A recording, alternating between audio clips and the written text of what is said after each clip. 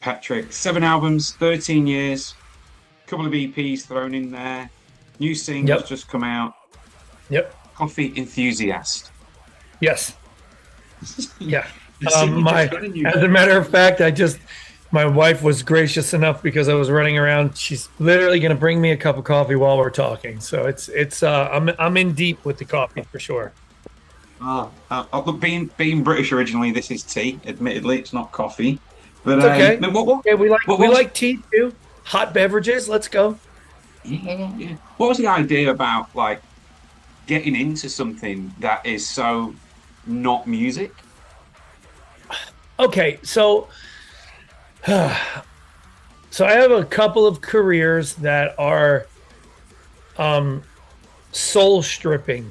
You know, the amount of time and effort you have to put into my chosen professions in order to be like good at it and good enough to actually call it a career. You have to apply yourself to different parts of it in a way where it becomes like unreasonably demanding. The music scene and the music, just having a job being a touring musician, it's first all the time learning how to be good enough at your craft to be considered a professional. You know, I wouldn't say I'm a great guitar player, but I would say I'm a good guitar player. And it has gotten me to the point where I'm capable of being a professional. I'm also a tattooer. I own a tattoo shop. So being involved in that career base, also have to sink tons and tons of time into just learning how not to do tattooing so you can be good enough to be called a professional. So I have these two careers that are very, very demanding, and they both require me being away from my family, and they're very hectic. So I'm straight edge. I don't drink. I don't smoke. I don't do drugs. I don't smoke weed. I don't do any of those things. Oh, you are a beautiful person. Very good. It's going to be wonderful. Thank you so much. Talk to the devil. Oh my God, that's great. That's fantastic. So, and then, you know, so I have these careers that are so unbelievably demanding that I needed an outlet that I could talk to people that don't know anything about metal, that don't care about guitars or tattoos, or they're just there for something different. Now, being that I don't drink and I don't smoke weed and I don't do any of these things, and I needed something to fall into, coffee was kind of a thing I always enjoyed, but I never like knew that there was a culture behind it. And then all of a sudden, I would go to, you know, a coffee place, and, you know, it used to just be Starbucks, but my friend would be like, oh, you have to try this place. It's great. And then one day I tried a co-ferment, and back then it was called an anaerobic, which is like this fermented, yeasty, fruity, and I was blown away and then hooked like that. And then I started meeting people from all walks of life that were not tied into the world that I come from. But now musicians everywhere talk about coffee. They all love it. It's a huge part of the music touring culture. Find good coffee shops, get good coffee. So it became this thing that is now a part of what I already do, but it wasn't when I first really started getting into it. So, you know, it's this cross section of like, you'll never get away from the music industry, but also it allows me to have a hobby that I can turn my brain off to my job, focus on something different, and just, you know, enjoy brewing, making, reading about, and learning about coffee. And literally that's as far as it goes. I know it sounds like a big mouthful, but, you know, it sounds better when I tell it like this, but I could also just simply say, well, I fucking love coffee, and that's why I like it. You know what I mean? So I appreciate the passion. I know. I talking about musicians, man. You interviewed Wolf Hoffman from Accept ages ago. Loves his coffee. Like that was sure. the thing that came out there, and I've noticed with a number of musicians, there's passions that they have. RJ Hale from Hailstorm loves his fragrances, like doing things like that, and it's Yeah. I find it quite appealing because, like, 20, 30 years ago, you didn't know this about musicians. And then it's like, Yeah. no, we've got our own quirks. We like our own things that we're passionate about Sure. that isn't getting on stage and thrashing. So, Yeah. I mean, I have a thing about it's funny you say fragrances. Like, I also like that stuff. Like, I like you fall in. I think first of all, people, it's like you said, like me going to pick up my kid and, get my car towed to the shop so I can get a new alternator put in it. Like, like people would say, like, well, that's not very rock and roll. Like, you would, sex, drugs, and rock and roll. That's the only thing people knew about rock stars. And I am not calling myself a rock star. I'm saying I would look at these rock and roll gods and be like, oh, Ozzy Osbourne's, doing cocaine and biting the heads off of bats. You know what I mean? And like, that's the thing you expect. Truthfully, they're hanging out in the green room, drinking coffee and like talking about their kids, grades. And, it's not what people think it is. At least not in our world, for sure. well, let's talk about that world. Okay, so Sure.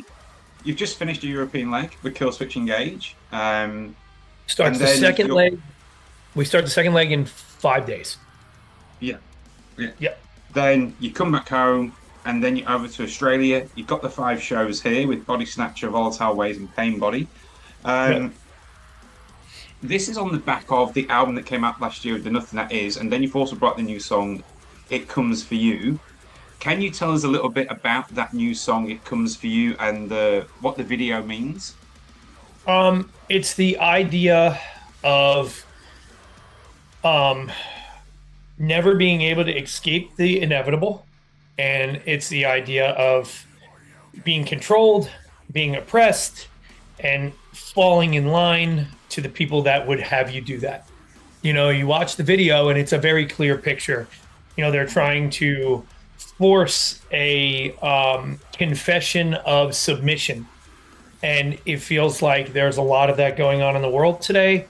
And it felt like that was the thing we needed to do.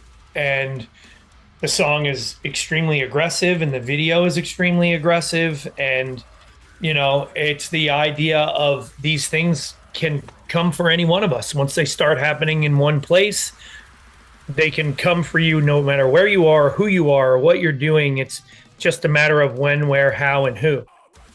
So that's kind of the idea behind all of it. The lyrics are very self-explanatory, you know what I mean? And like the idea of, the last line in the song reflects on, prying my ideas out of my cold, dead hands. You know what I mean? It's like the idea of like, you'll never take this from me, but you're trying to oppress me and this can come for anybody. There's all these different things, but I mean, pretty much in a nutshell, it's about being controlled and that it can come for anybody at any time. You feel like, you just come back from Europe, so you've been there touring. I don't know how much of the news that you can watch, but when you're outside of your own country, do you get the impression that a song like It Comes For You could literally be about what's happening in America at the moment with people like ICE and such forth? It 100% is about that. There's like no question. It's not just about ICE. It's not just about things that are happening here that are on the surface. It's about everything. It's about the way that our country is being driven in the current state of things and where we're being forced to go. And, the thing that, some people think they're safe. And I mean, are you? Does it matter who you are or what you are? Like you don't know. You don't know what the plans are. You don't know what the agenda is, but our country is crazy right now.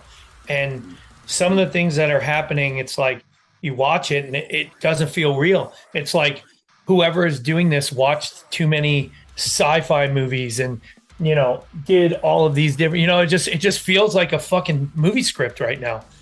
So, yeah, I mean, we have always been influenced by current events and what's going on. And if there's something happening in the world and in one of our songs, you get a feeling that we're referencing that kind of, there's a chance that you're right.